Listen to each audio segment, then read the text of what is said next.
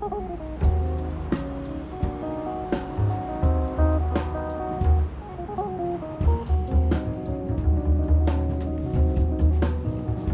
questions really began at Brown Venture Group from a place of how is it possible that all the women and all the folks of color are getting such a small percentage of the overall investment?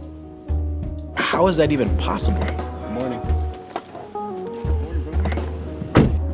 Right now, globally, the world is 90% non-white, right? And 50% women.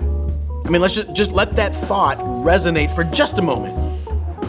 There is a real wealth gap in America, one that corresponds with race. And now a new report is revealing just how wide that gap truly is. The report by McKinsey & Company shows a stunning wage gap totaling billions of dollars and a revenue gap of more than $1 trillion for Black-owned businesses.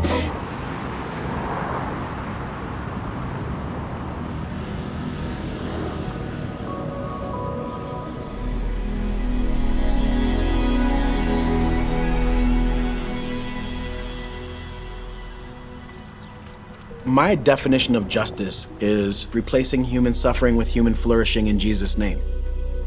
I spent a great deal of my life in vocational ministry, and even the things that I did that were not directly vocational ministry, in my mind, were kind of vocational ministry. So I worked in juvenile corrections, worked in Minneapolis public schools, was on pastoral staff of multiple churches. So I've had a lot of ministry experience, but I come from a very strong, smart group of Jamaican folks, and there was just something really, really untrue about the Western missiological narrative, the thought that the West to the rest, right? And so therefore, I've been on a life mission really to figure out, like, how do we properly bring the gospel to folks in a way that retains their human dignity? And at the end of all of my various things that I did in my career, business was the best solution by far. I was a youth pastor at a church, did leadership development, discipleship development, things of that nature. But I always had this passion for entrepreneurship that seemed to be in conflict as well. You know, you hear stories about folks working 30 to 40 years in a corporate America, and they sell it all to go in the full-time ministry. Everybody's praising God and clapping their hands, but you don't hear people saying, you know, I worked 20 years in traditional ministry, and then I sold it all and became an investor. You know, you don't hear that. So that was a journey for me that I had to take. A lot of times we don't talk about the gap between white and people of color. There's a huge gap in multiple different fronts: education, capital, financing, housing, and it's time to stop it. My name is Amy Langer, and I am an entrepreneur. More protests and uprisings are expected in Minnesota and across the country.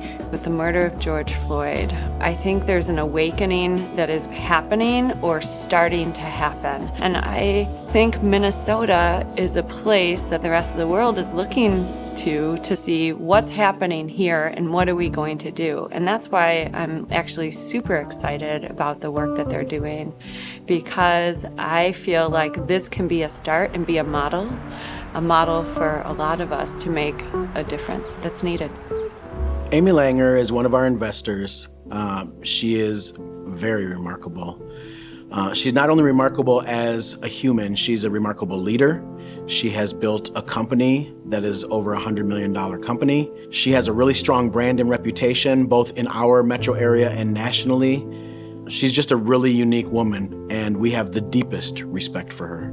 They've got a lot of grit. They've got a lot of passion. I just felt that there was a lot of resiliency, and foremost is kind of their curiosity, asking questions, trying to figure out what would it take to not only make Brown Venture Group work, but then all the entrepreneurs that touch Brown Venture Group. And that's exciting. You could read hundreds of books on what it's like to be in the venture capital space. I know of a lot of them. But none of them are going to be written from the lens of a person of color. There's best practices. Dr. Brooks likes to say they're not best practices, they're existing practices. If they were best practices, they would work for everybody. We had to create a whole different model because accelerators don't always work for people of color. We felt like God wanted to make sure that his image bearers had access to capital, so that's how we started Brown Venture Group. We are an LLC that has a brand new fund. We set a $50 million goal. We went and asked people to entrust their resources to us, to invest those resources to bring a financial return and an impact return. Venture capital is a $70 trillion industry. And when we looked at the data, something like 92 to 95% of that $70 trillion economy was going only to white male entrepreneurs. And then the rest of the pie was being split between everybody else. Change has been very slow because this particular ecosystem is extremely resilient against outsiders coming in. In Brown Venture Group, we think of it as an expanding pie. And if it's an expanding pie, that means you don't have to be so hyper-protective of your piece of the pie. Our investment thesis is Black, Latinx, and Indigenous technology entrepreneurs. So when we think about our investment thesis, we think about finding founders who have ideas that with proper investment and the right relationships and the proper business scaffolding, they can scale those things and exit. And in the process, enormous amounts of jobs will be created, enormous amounts of economic and human flourishing will be created, and in the final analysis, the world will literally be a different place. Everyone wants human flourishing. Good. All right. It's really lemony. I think that the team has access to opportunities that a lot of traditional white investment groups don't see. I think they're trusted in the community, and I think the people that they do their due diligence on and put money behind, they'll be able to help open doors, and I think we're going to see an exponential return. Every investor wants to find an undervalued asset that they can grow with. And as it turns out, as a result of generational wealth gaps and biases in the marketplace, there was a pent-up demand with great ideas that were undervalued that we can invest in to get onto the playing field, so to speak. The system has been structured so that if you can't raise a friends and family round of investment, you're locked out completely. We knew we needed to create an entry point for folks who had been completely locked out forever. For a lot of founders, especially founders of color, they don't have someone who can offer $50,000 to help them build their idea or $100,000 to build a technology product. My name is Jazz Hampton. I'm one of the co-founders, CEO, and general counsel of TurnSignal. When we started raising money, we didn't have a product built yet. And so having those conversations during that round when Brown Venture Group joined us was, hey, this is where we're going to go, and this is how we're going to do it, and here's the roadmap to do so, but we don't have the money yet. With a traffic stop that escalated with a tragic ending. A group of local men want to change that with a new cell phone app. WCCO's Aaron Hassanzadeh explains how TurnSignal aims to get drivers and police home safely.